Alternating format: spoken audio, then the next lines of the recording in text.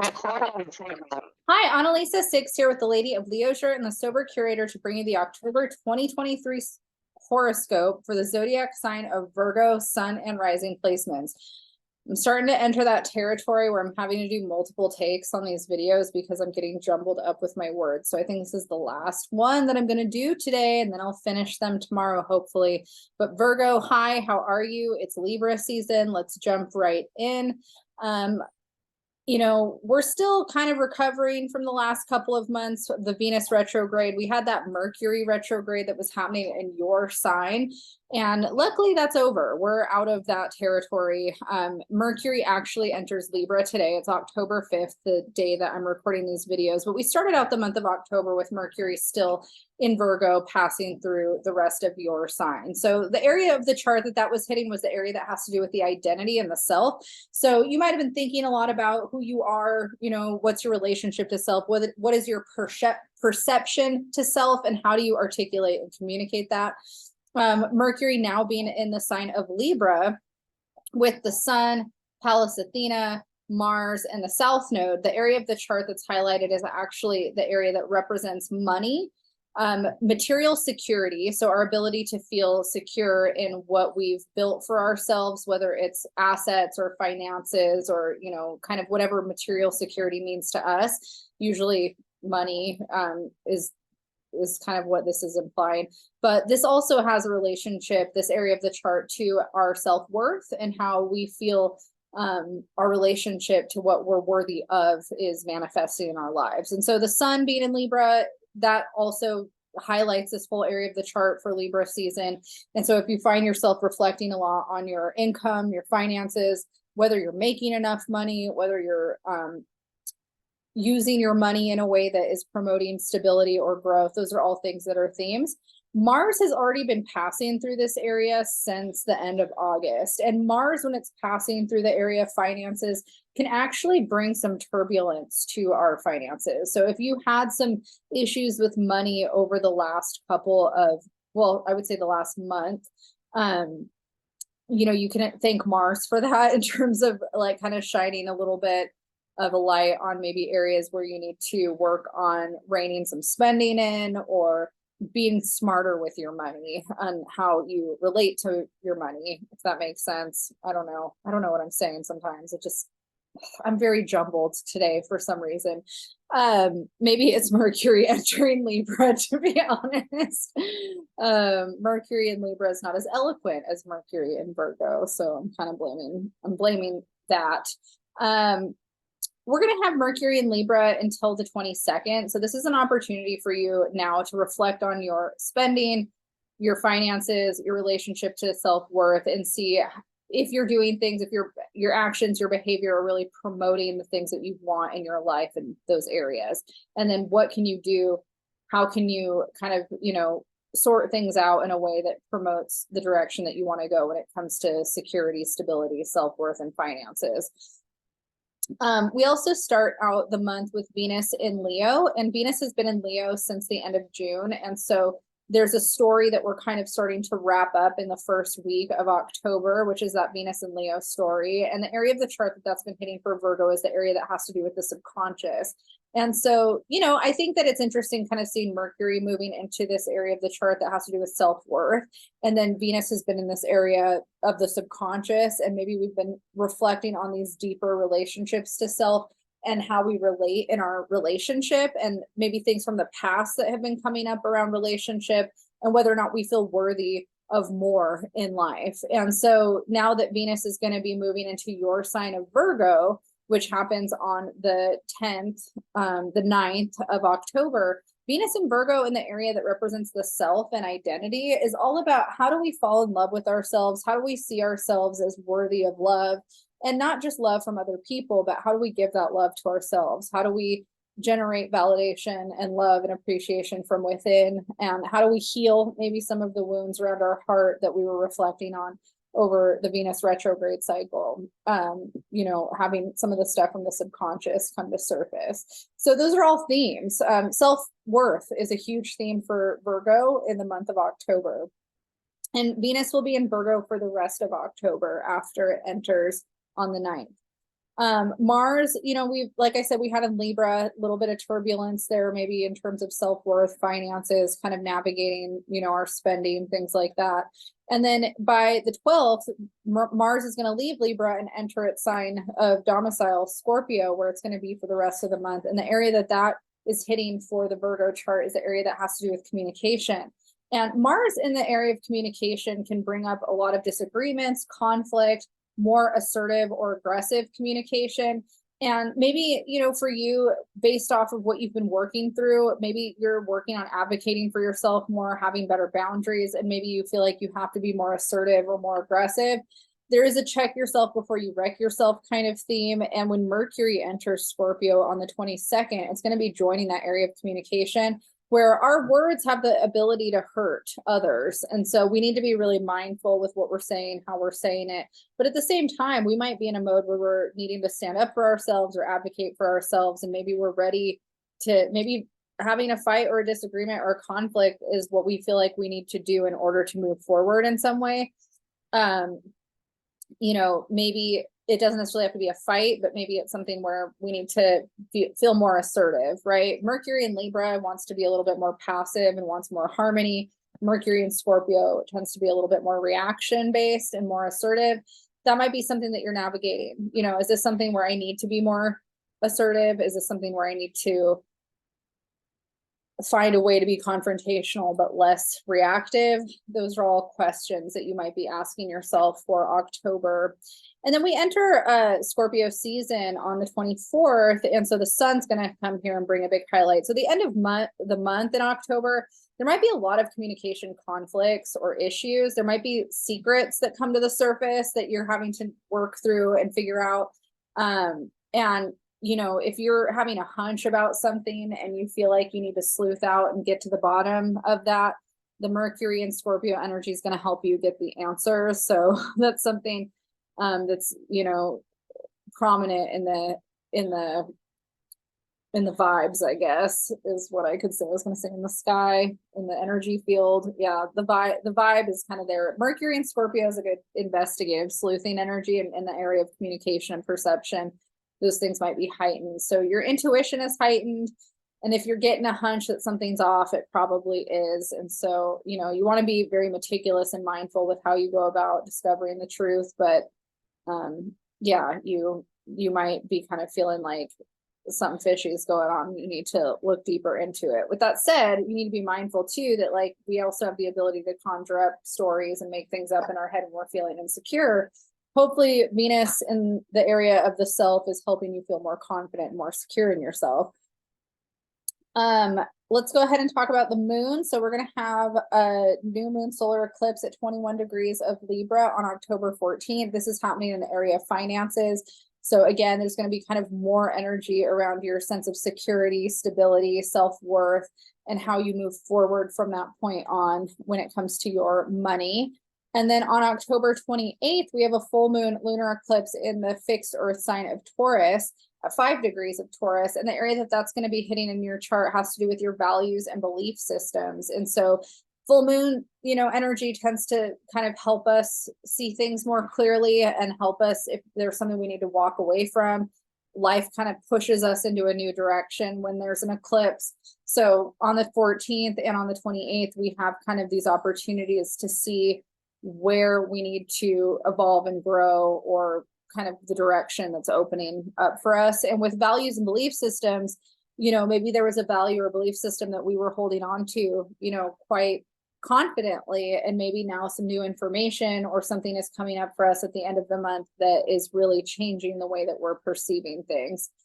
So you might kind of feel like, oh, this was serving me for a long time and I really felt in alignment or agreed with this belief or value system, and now the winds of change have come in and I'm very much feeling like I don't agree with this, or I don't think this way or feel this way.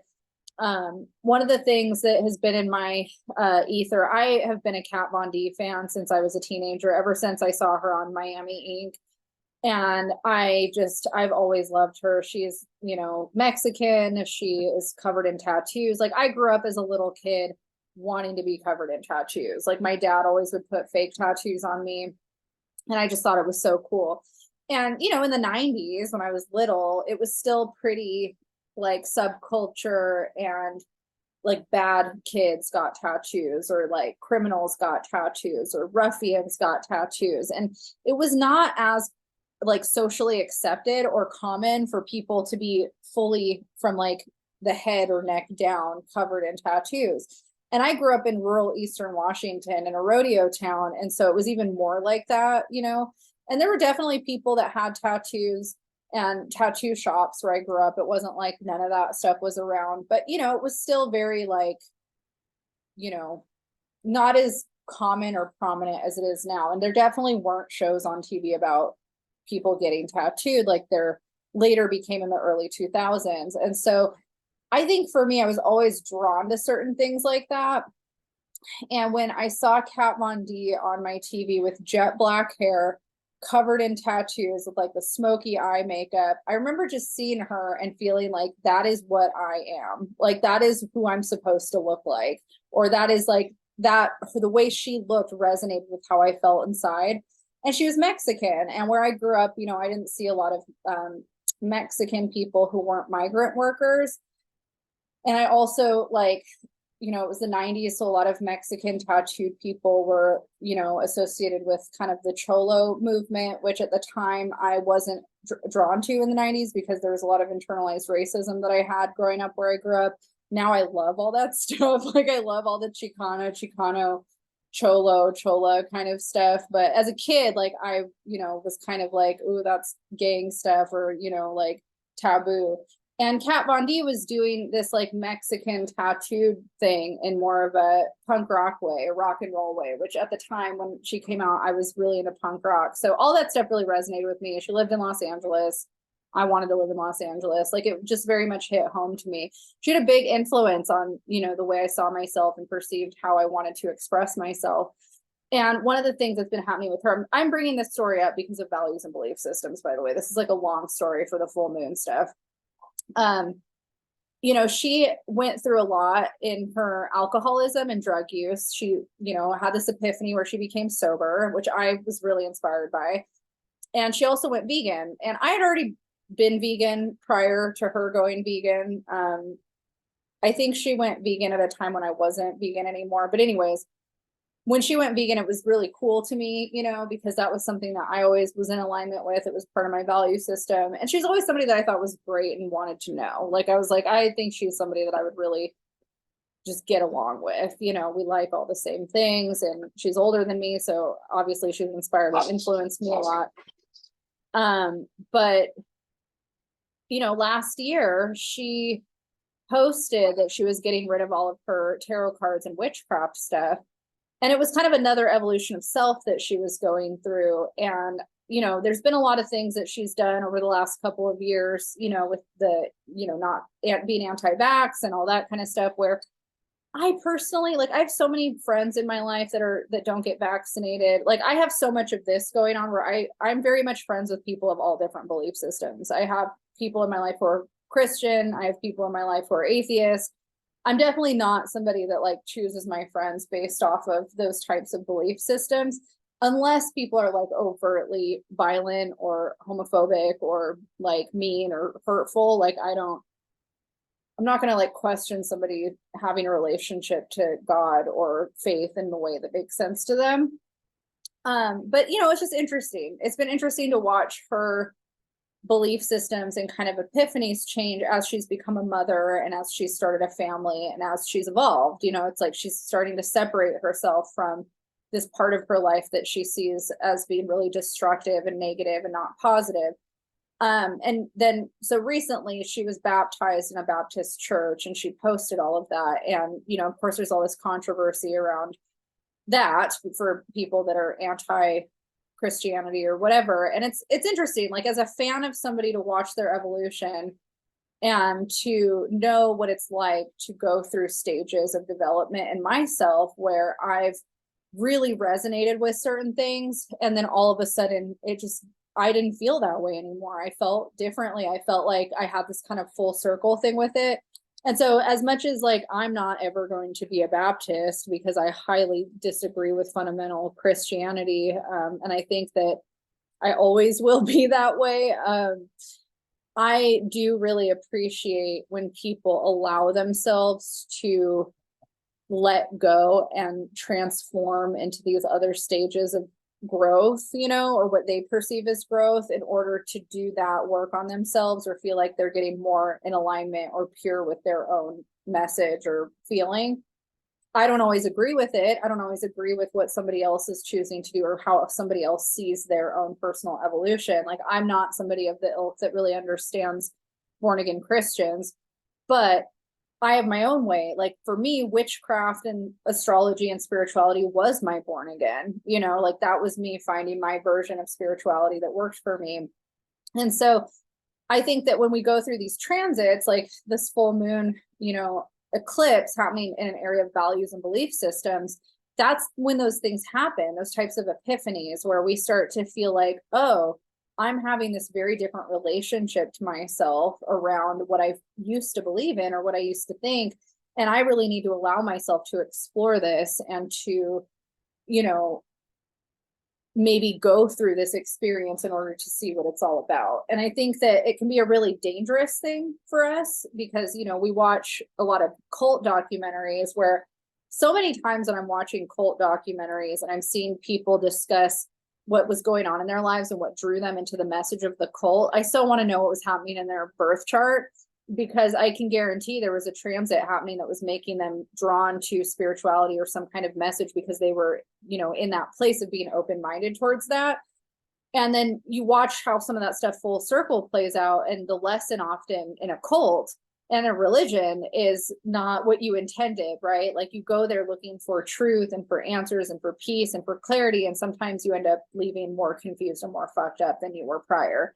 And so I think that these types of transits are interesting because while we can find things that give us a path and a light for a period of time, it's also important to stay skeptical and know that there is no absolute truth and that things are constantly evolving and changing. And what once became something that you could lean on for that, you know, kind of feeling of, oh, I don't know things, but I can depend on this, like that can be stripped away from us during eclipse season, especially when it's hitting in the areas of values and beliefs and, you know, making us question what we thought we knew. So we don't know anything really. And, you know, we can find things that resonate for us. Astrology resonates for me, but even I question, you know, a lot of people will say, well, what about when you're not on Earth? And I have to remind people that the astrology that we do is Earth based. So it's all from the perspective of Earth. It's geocentric. We're not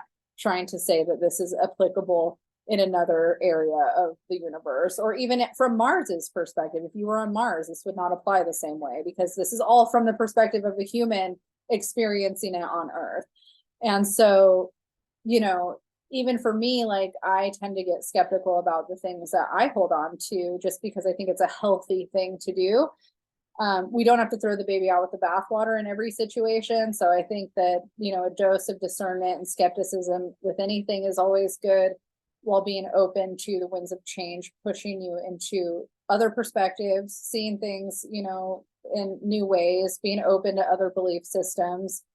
And when I see people like Kat Von D going through that, like, I've watched her be really open-minded towards trying a lot of different things out. The irony is that I feel like it's brought her into more closed-minded groups, which is interesting to me, you know, but I have a lot of Christian people in my life of all backgrounds that I love. So I'm never really too judgmental when people join the church. Lots of my family members are practicing, you know, religious people, and I have very harmonious relationships with them, even though that is so not me. So yeah, I think it's interesting. Anyways, I went off on a tangent, but I think that's because it's relevant to the full moon eclipse that where it's hitting in the Virgo horoscope, which is happening on October 28th. I am going to leave you there. I break down a lot more of the October transits on a more mundane level in the October astrology forecast video. So if that is something that you would like to get more information on what's happening for the month, I highly suggest that you watch that. You can find me at theladyofleisure.com and thesobercurator.com. And if you liked this video, please hit the like and subscribe button, and you will get notified on when these post every month. All right, Virgo, I wish you a very happy October, and I will see you next month.